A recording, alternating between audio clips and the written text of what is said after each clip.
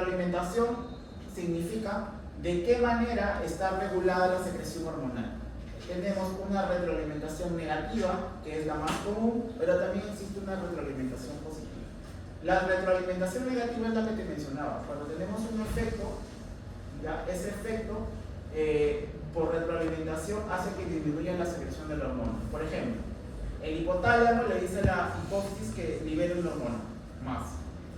La hipófisis le dice a la glándula que libere otra hormona, en este caso los testículos. Los testículos, ¿qué hacen? Liberan testosterona. La testosterona, una vez que ya subió en la sangre, como está en la sangre, llega hasta el hipotálamo y ahora tiene un efecto negativo. ¿Para qué? Para que deje de liberarse testosterona, porque ya se liberó. Entonces, eso se llama retroalimentación negativa, porque el efecto final hace que disminuya su propia secreción. Puede funcionar también con la glándula tiroides. El hipotálamo le dice a la hipófisis, libera TRH. La TRH se va a la glándula tiroides y le dice, libera T3 y T4. La T3 y la T4 suben en la sangre y ahora el hipotálamo se da cuenta que ya hay suficiente y le manda una señal para que deje de liberarla. Entonces, como ves, el efecto, la liberación de una hormona termina siendo un estímulo para que se deje de liberar. Por eso se llama retroalimentación negativa. La mayoría de los ejes hormonales y en general la mayoría de la fisiología se produce por retroalimentación negativa, casi siempre. Pero también existen algunos ejemplos de retroalimentación positiva, donde el efecto, en vez de hacer que se disminuya su propia secreción, la potencia. Un ejemplo clásico es lo que ocurre durante el trabajo de parto. Durante el trabajo de parto, el útero debe contraerse. La hormona que hace que el útero se contraiga se llama oxitocina. La oxitocina estimula la contracción uterina. Entonces, a medida que progrese el trabajo de parto, se liberan mayores cantidades de oxitocina. Y esa oxitocina hace que cada vez el útero se contraiga más fuerte. Imagínate que hubiese retroalimentación negativa. La oxitocina subiría, y si fuese retroalimentación negativa, ¿qué pasaría con la secreción de oxitocina? Disminuiría. ¿Y qué pasaría con el trabajo de parto? Se detendría, porque ya no habría estímulo para la contracción. En ese caso no es útil la retroalimentación negativa, sino que necesitas retroalimentación positiva, donde más oxitocina se libera y ese exceso de oxitocina estimula que se libere aún más oxitocina. Por eso es que cada contracción que sobreviene es más fuerte que la anterior y así va avanzando el trabajo de parto. Este es un ejemplo de retroalimentación positiva. ¿Ya? Otro ejemplo de retroalimentación positiva es durante la ovulación. A la mitad del ciclo ovárico, ya cuando se da la ovulación, hay un pico de hormonas femeninas, sobre todo de estradiol.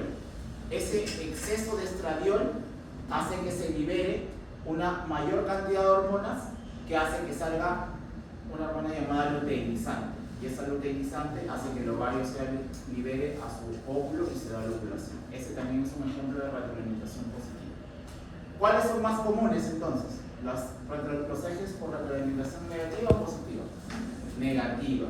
Entonces, cada vez que tú te enfrentas a un problema de fisiología, porque no solamente aplica para las hormonas, aplica para toda la fisiología, las retroalimentaciones casi siempre son negativas. ¿Se acuerdan cuando en Fisio 2, por ejemplo, les hablaban de la presión arterial? Si la presión arterial bajaba, los estímulos eran para subirla, ¿verdad? Y si la presión arterial subía, el estímulo era para hacer que baje. Eso es otro ejemplo de retroalimentación negativa, donde el efecto es el contrario al estímulo. No sé si se entiende. ¿Ya? Y es que sí, la mayoría de los ejes fisiológicos son por retroalimentación negativa. Las retroalimentaciones positivas son ejemplos muy particulares. Los más clásicos es el trabajo de parto por oxitocina y también la ovulación. ¿Ya? Son dos de los ejemplos clásicos. Bien, entonces ahora la regulación de la secreción hormonal puede darse por un ejemplo endocrino simple, donde por ejemplo acá tenemos la célula paratiroides. La glándula paratiroides produce una hormona llamada paratiroidea. La hormona paratiroidea es sensible a las concentraciones del calcio. O sea, cuando el calcio en tu sangre baja demasiado, las glándulas paratiroides libera hormona paratiroidea. ¿Cuál es el efecto entonces de la hormona paratiroidea? Subir el calcio, porque el estímulo fue la disminución. Entonces el efecto tiene que ser incrementar el calcio. Entonces la hormona paratiroidea hará todo lo posible porque el calcio se retenga en la sangre. Entonces, ¿qué hará? Que el riñón bote más calcio, reabsorba o filtre calcio, o secrete calcio, que reabsorba, y de esa manera se conservará más calcio. ¿Qué hará en el intestino? Hará que el calcio se reabsorba o inhibe su reabsorción, estimula. ¿Ya? Entonces, basándose en eso, tú te aprendes los efectos, porque como casi siempre es por retroalimentación negativa, este es un eje endocrino simple. Luego tenemos otro donde hay múltiples vías de secreción. Hay algunas hormonas que no solamente dependen de un estímulo. En el caso de la hormona paratiroides, solamente depende de la concentración del calcio. Es lo único que hace que se modifique su secreción. Pero por ejemplo la insulina no. La insulina tiene más de un efecto, o mejor dicho, más de un estímulo que hace que se libere. Por ejemplo, acá tenemos el páncreas. Habíamos dicho que este páncreas puede verse influenciado por el mismo sistema nervioso a través del nervio vago. El nervio vago estimula la secreción pancreática, ya recordarán, pero este páncreas también es estimulado cuando la glucosa en sangre aumenta. Ahí tienes otro estímulo que hace que el páncreas libere insulina. Pero también habíamos dicho que cuando uno empieza a comer se libera el GLP, y el GLP, que es una incretina, también estimula la secreción pancreática. Entonces hay algunos ejes donde solamente una sola acción es el estímulo, pero hay otros ejes hormonales donde hay múltiples vías que llevan al mismo efecto. En este caso, en el páncreas, la secreción de insulina. ¿Ya? Bien, y ahora ya vamos con la síntesis de hormonas. Entonces habíamos dicho que había 3 grupos hormonales: péptidos y proteínas, aminas y esteroides. Entonces vamos con las hormonas peptídicas. Las organelas encargadas de la producción de las hormonas peptídicas es el RER, ¿ya? El RER y el Golgi. Entonces dice, las hormonas peptídicas se forman como preprohormonas. ¿Qué es una preprohormona? Es una cadena de aminoácidos que aún no tiene función biológica.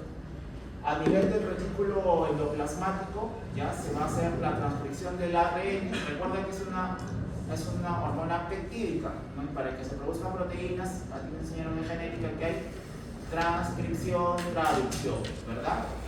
Tienes ADN, ARN mensajero y se producen recién las proteínas. Y en este caso, como es una hormona peptídica, es la misma secuencia. ¿Y eso dónde se daba? A nivel de los ribosomas. ¿Y los ribosomas dónde están? En el retículo endoplasmático rugoso. Entonces, lo primero que se va a formar es una preprohormona. ¿Ya? Está la hormona sí, pero tiene acopladas otros aminoácidos que hacen que esa hormona aún sea inactiva. Imaginémonos que la hormona son todos ustedes, y ustedes que son como aminoácidos acompañantes hacen que la hormona esté estable pero aún no tenga función biológica. Luego, esta preprohormona debe pasar al aparato de Golgi. Antes de que pase al aparato de Golgi, se le escinde, o sea, se le quita una secuencia de aminoácidos y se convierte ahora en una prohormona. La prohormona sigue siendo inactiva, pero ya va a pasar a ser empaquetada, o sea, pasa al aparato de Golgi y el aparato de Golgi la pone en una vesícula y de esa manera queda empaquetada. Sigue siendo inactiva. ¿Y para qué la empaqueta? Para que cuando llegue el estímulo y se libere, ahí recién se convierte en una hormona. ¿Se entiende? Entonces pues tenemos primero una preprohormona, luego tenemos una prohormona y al final cuando es liberada, ahí recién se va a convertir en hormona y va a poder tener una acción biológica. ¿Ya? Así es la síntesis de las hormonas peptídicas. ¿En qué organelas? En el ribosoma, en el retículo endoplasmático rugoso y se empaquetan en el aparato de Golgi como prohormonas. Ambas son formas inactivas. ¿Y dónde se almacenan? En vesículas. Bien, ese es en el caso de la síntesis de hormonas peptídicas. Entonces acá tenemos un ejemplo. En el caso del ADN va a haber transcripción, aparece el ARN mensajero. Este ARN mensajero produce la traducción, o sea, la síntesis de proteínas en el retículo endoplasmático rugoso. Luego, en el retículo endoplasmático rugoso se forma la preprohormona y luego se transforma en prehormona y es empaquetada por el aparato de Golgi, y el aparato de Golgi lo almacena en vesículas de secreción y esas vesículas están a la espera de que llegue un estímulo para que sea liberada. Bien, entonces tenemos por acá preprohormona, por ejemplo. Esta secuencia que ves acá sirve para mantener estable a la cadena, pero también hace que sea inactiva. La prohormona, en cambio, ya va a tener formas activas, pero aún debe ser escindida una vez más, ¿no? Este es en el caso de la insulina, por ejemplo, la proinsulina. Cuando la proinsulina se libera, esa parte de la cadena que hacía que sea inactiva se llama el péptido C. Esto lo vamos a aprender en diabetes. El péptido C es importante para saber la producción local de insulina. Bien, entonces, las hormonas que sean de tipo proteínas y peptídicas van a tener receptores de membrana, ¿ya? Entonces ahora ya vamos por los mecanismos de acción. Hay dos tipos de mecanismos de acción hormonal. Existen tres tipos de hormonas por su naturaleza bioquímica, aminas, esteroides y proteínas, pero existen solo dos mecanismos de acción: receptores de membrana o receptores citoplasmáticos, ¿ya? Receptor de membrana y receptor citoplasmático. ¿Qué significa que una hormona tenga receptor de membrana? Que para que pueda hacer su acción debe acoplarse al receptor expresado en la membrana celular. Y el receptor citoplasmático es que la hormona puede atravesar la membrana celular y se une a su receptor ya estando dentro de la célula. Entonces existen tres tipos de hormonas por su naturaleza bioquímica, pero dos mecanismos de acción. ¿Está bien? Receptor de membrana y receptores citoplasmáticos. Las hormonas peptídicas, por lógica, ¿qué tipo de mecanismo tendrán? ¿Pueden atravesar la membrana celular libremente? ¿Las proteínas atraviesan libremente la membrana celular? No, uno, porque son muy grandes. Dos, ¿por qué? Porque ¿cuál es la naturaleza de la membrana celular? Es una bicapa lipídica. Entonces, recuerda que lo semejante deja pasar a lo semejante. Entonces, como es una bicapa lipídica, no permite el paso de proteínas. Entonces, los receptores de una hormona peptídica, ¿dónde estarán? En la membrana. Entonces, ¿qué tipo de mecanismo tendrá? Mecanismo por receptores de membrana. Entonces, la pregunta te puede decir, bien, la hormona de crecimiento, ¿qué tipo de mecanismo de acción tiene? Ahí es cuando necesitas saber lo que te expliqué hace rato. ¿La hormona de crecimiento es amina? No. ¿Es esteroidea? No. Entonces solo le queda ser peptídica. ¿Qué tipo de mecanismo tendrá entonces? Receptor de membrana, porque las hormonas peptídicas todas tienen mecanismo por receptor de membrana. Entonces es así, la hormona peptídica no puede ingresar a sus células diana y debe combinarse con receptores en la membrana que inician el proceso de transducción de señal. Entonces por acá mira, este es el receptor, esto de acá de morado viene a ser esto que está de morado viene a ser la membrana celular, este es el receptor y lo que está de amarillo es la hormona. La hormona viene, se une a su receptor y una vez que se une a su receptor, como la hormona no puede pasar, va a iniciar un sistema de segundo mensajero, ¿ya?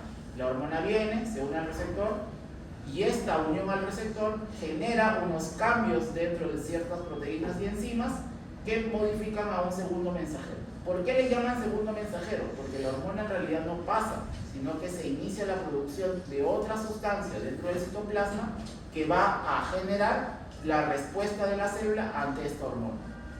O sea, no es que la hormona se une al receptor y luego ya con eso se mete a la célula y se va y es la misma hormona la que hace la acción, no, sino que la hormona se une al receptor, al unirse al receptor se produce otra sustancia dentro de la célula que es la que va a hacer la acción de la hormona. Por eso le llaman segundo mensajero. ¿Hay un solo segundo mensajero? No, hay varios segundos mensajeros y esos segundos mensajeros dependen de qué hormona sea, incluso depende de qué célula sea. Pero en general, los mecanismos de acción por segundo mensajero le corresponden a las hormonas peptídicas o proteicas, ¿ya?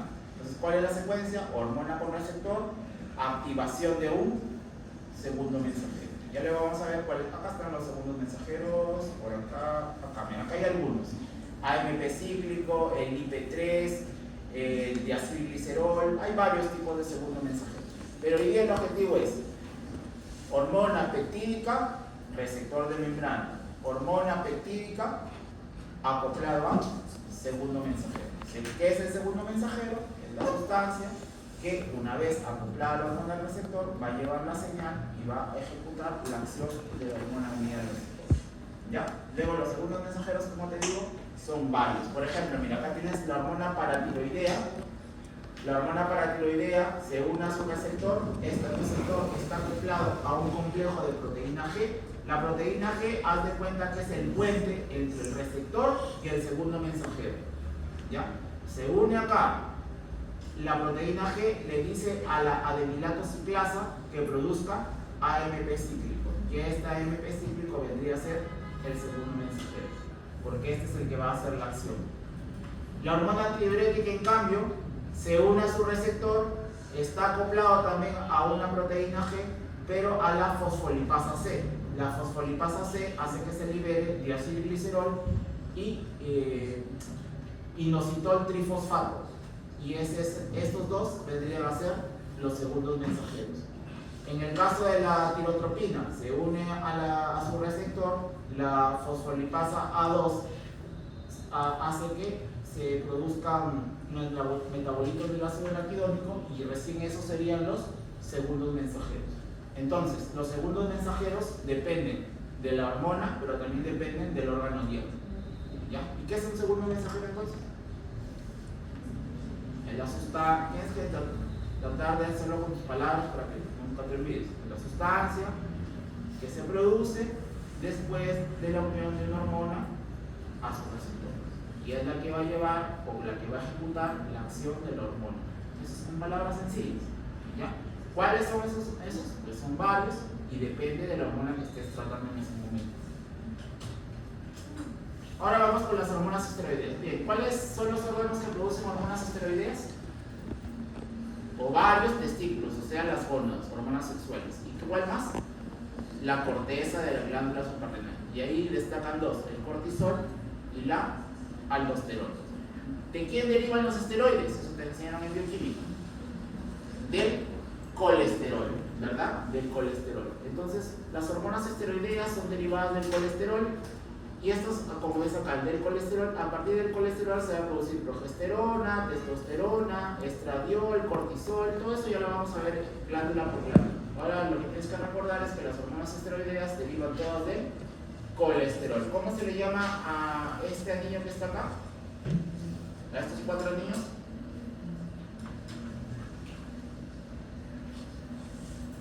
¿Cómo se llamaba ese anillo?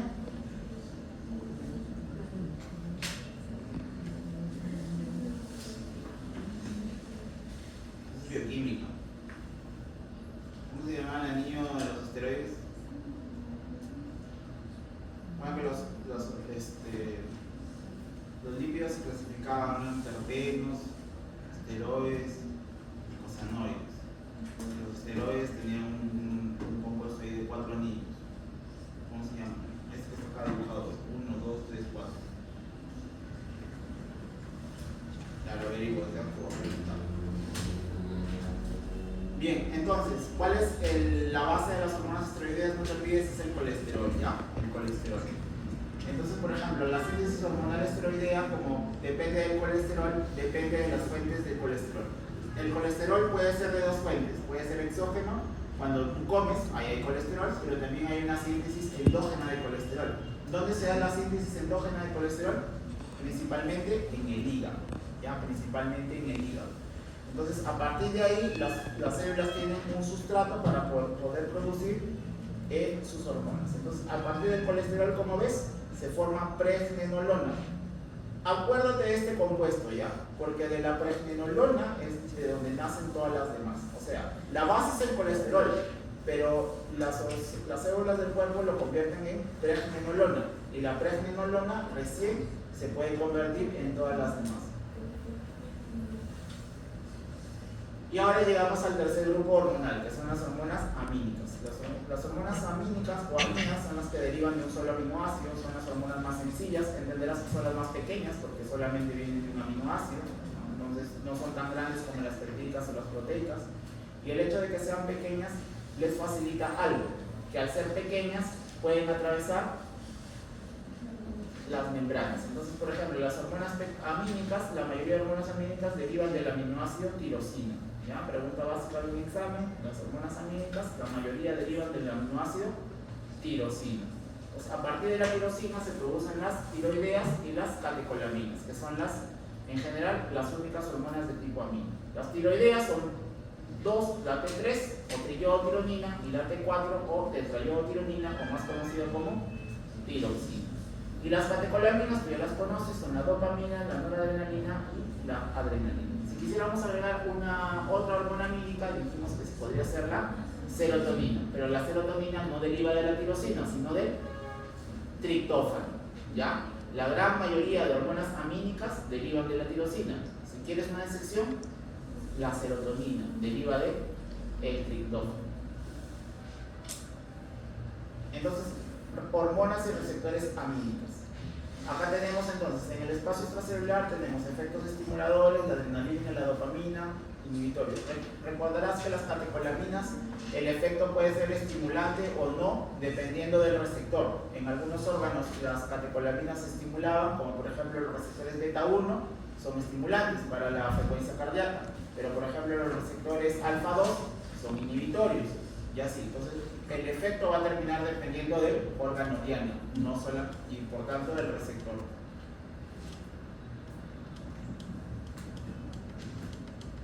Y esto es el mecanismo de activación de un receptor unido a la proteína G. Entonces acá tienes el receptor, la proteína G que tiene siempre 3 subunidades, alfa, beta y gamma, y esta proteína G suele estar acoplada a una otra proteína que suele ser una adenilato ciclasa, y eso estimula la producción de un segundo mensajero. Bien, mecanismo de acción hormonal, receptores hormonales unidos a enzimas. Entonces, por ejemplo, acá tenemos la lectina. ¿Dónde se producía la lectina?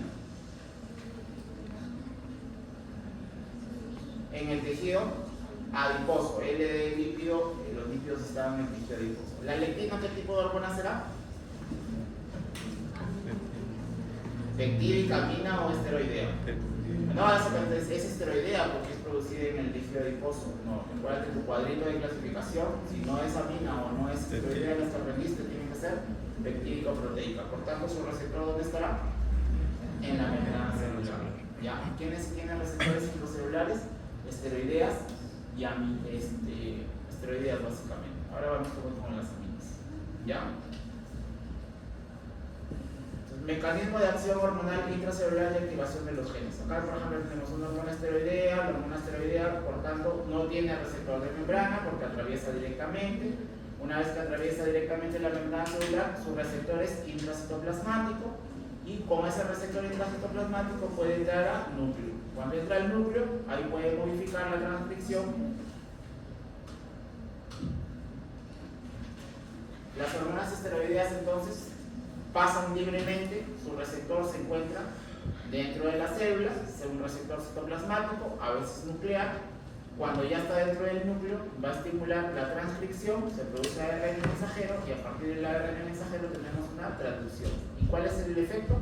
La producción de nuevas proteínas, y las proteínas hacen acciones fisiológicas, ya sea al alza o a la baja.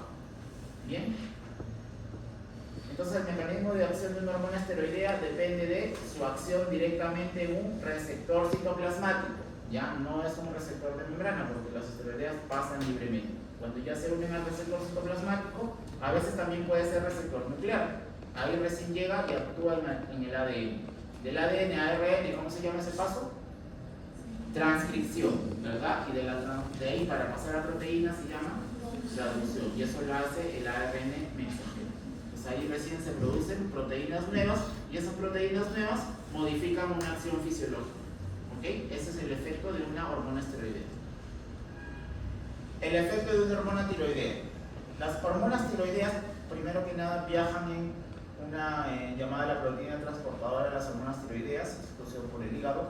Esta T4, por ejemplo, viene por acá, y al ser una amina, ¿ya? Puede pasar libremente y se va a unir a un receptor citoplasmático. Y una vez que se une al receptor citoplasmático, puede llegar al núcleo y va a tener un efecto. Bien, eso es en el caso de las hormonas tiroideas.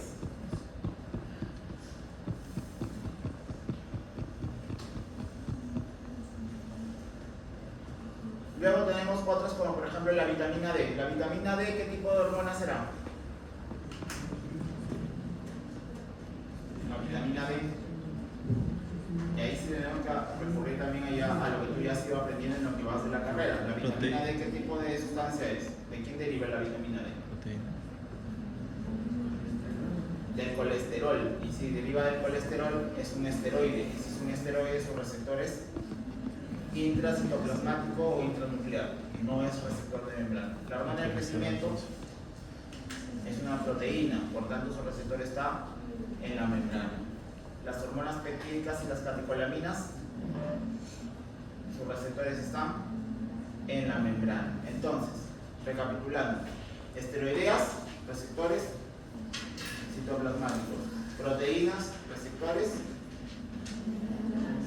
de membrana, y las aminas depende, porque las aminas pueden ser las tiroideas y pueden ser las catecolaminas. Las catecolaminas, como ves, tienen receptores de membrana. Acuérdate que las catecolaminas, ¿quiénes están? La adrenalina y la adrenalina. Y ya has aprendido que esos tienen beta 1, beta 2, ya pues, obviamente tienen receptores de membrana. Pero la T3 y la T4, no. La T3 y la T4 sí pasan libremente. ¿Ok? Entonces, esteroideas, receptores citoplasmáticos. Peptídicas y proteicas, receptores de membrana. Y en el caso de las aminas, hay para los dos. Tiroideas, citoplasmáticos, catecolaminas de membrana. ¿Está bien? Y ahí tienes todos los mecanismos de acción. ¿Cuáles depende del segundo mensajero? Receptores de membrana. ¿Ok? Los receptores de membrana suelen estar acoplados a una proteína llamada G. ¿Y esa proteína G cuántas unidades tiene? 3. ¿Ya? ¿Cuál es la que suele acoplarse? Es la alfa. ¿Ya? La alfa. Y con eso se estimula la producción de un segundo mensajero. ¿Cuál es el segundo mensajero? Ahí sí depende tanto de la hormona como del órgano dietetico. ¿Qué ejemplo de segundo mensajero tenemos? El diacilglicerol, o en tus libros sale como DAG. Otro, el inositol trifosfato o IP3, el AMP cíclico, el GMP cíclico y así por el estilo. El calcio también es un segundo mensajero por si acaso, y así por el estilo hay otros, ¿ya? Pero todos ellos son de receptores de membrana, ¿ya? ¿Por qué no hay segundo mensajero en los receptores citoplasmáticos? Porque no necesita, como pasa directamente, se va hasta el núcleo y ahí hace su acción. No necesita que alguien le lleve el mensaje, por así decirlo. Bien, entonces acá tenemos la comparación entre las hormonas peptídicas, esteroideas y las derivadas de los aminoácidos. ¿No? Acá te va a decir dónde está su receptor, dónde es que actúan. Eso ya es lo que hemos estado hablando hasta ahora. Y ahora recién llegamos al sistema de segundo mensajero. Como te decía, el sistema de segundo mensajero es el que se va a activar en aquellas hormonas que tengan receptores de membrana. Pero acá ya te van a dividir qué tipo de segundo mensajero es según la hormona. Por ejemplo, ¿qué hormonas usan AMP cíclico? Y te las enumeran a todas las sustancias. Todas estas de acá usan al AMP cíclico como segundo mensajero. Entonces, este AMP cíclico va a estar acoplado a una proteína bien grande transmembrana llamada adenilato ciclasa.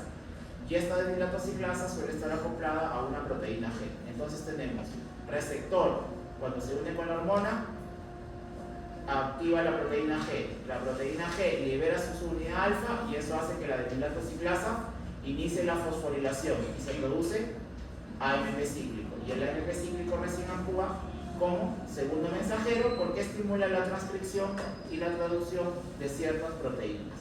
Bien. ¿Qué hormonas tienen al AMP cíclico como segundo mensajero? Acá las tienes a todas ellas. Otro segundo mensajero, no sé, esta diapo no debe decir fisiología del embarazo, ya no tiene nada que ver. Acá está, la adenilato ciclasa. ¿Por qué te ponen a la adenilato ciclasa? Porque como ves, la mayoría de las hormonas peptídicas tienen como segundo mensajero al AMP cíclico.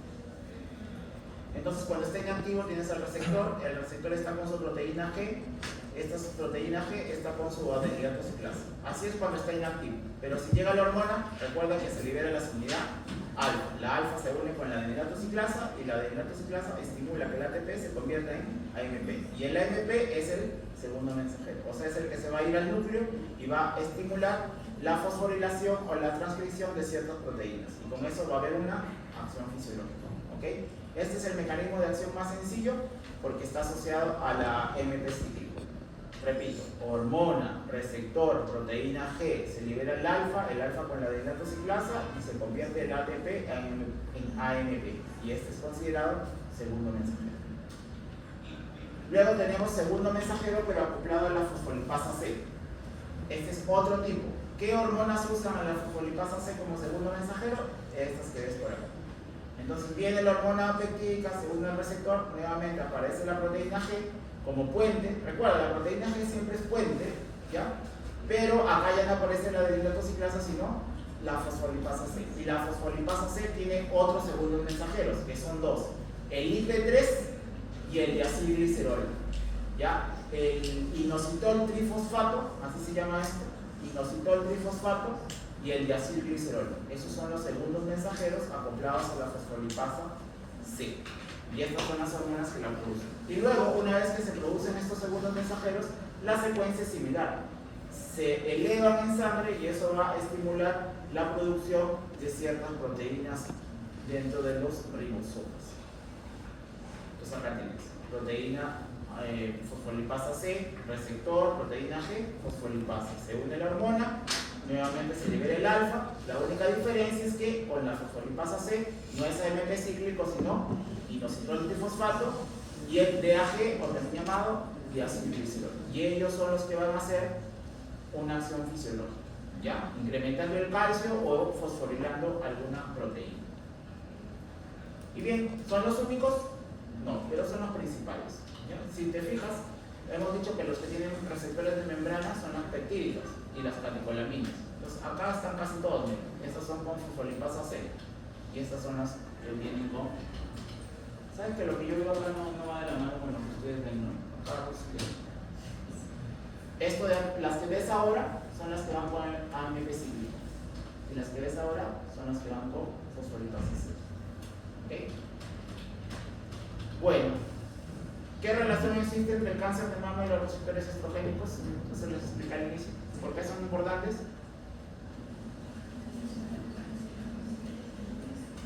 Ya, aquí lo más importante es no te quedes con solo el cáncer de mama. Eso aplica para cualquier cáncer, en general para otras enfermedades también. Hay enfermedades, generalmente cancerígenas, donde estos expresan receptores a algo. Entonces se aprovechan de eso porque toman a esas proteínas para crecer. Por eso es que, por ejemplo, en mujeres mayores de 35 años ya no está recomendado el uso de anticonceptivos orales, porque los anticonceptivos orales, ¿qué son? Estrógeno y progesterona. Entonces, más allá de los 35 años, se incrementa el riesgo de cáncer de mama. Y si constantemente estás tomando anticonceptivos orales, esto estimularía a que si tienes una célula cancerígena, a que crezca más. ¿Se entiende? Y así para otros cánceres también puede aplicar. ¿Y qué era el tamoxifeno? Es un bloqueador de los receptores estrogénicos. ¿Ya? Se usa para el tratamiento del cáncer de mama. ¿Qué es la teofilina?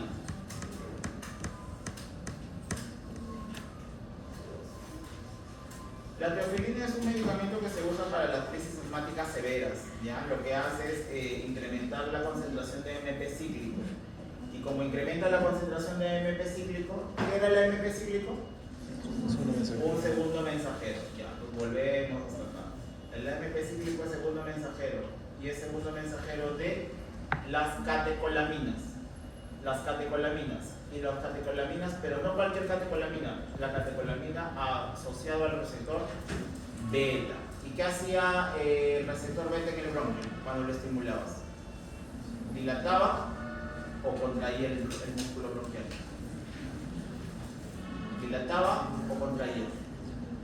Dilataba. Entonces, porque te acabo de decir que se usa para el asma, sigue la secuencia, le ponemos teofilina. Esta teofilina hace que aumente el AMP cíclico. Si hay más AMP cíclico, se estimulan los receptores beta. Es como si estimulara los receptores beta. Y al haber más AMP cíclico, se relaja el músculo bronquial y con eso el paciente puede respirar mejor. No se usa de entrada, es solamente para crisis asmáticas severas, ¿ya? Pero incrementa la concentración de AMP cíclico. Eso hace la teofilina. ¿Y para qué se usa? Pues como te dije, en las crisis asmáticas moderadas a severas, ¿ya? Bien, ¿alguna pregunta? Bueno, yo les estoy comunicando de todas maneras a sus delegados que luego cambia, pues todo sigue igual, pero si no, ya lo vamos acoplando en las clases. La próxima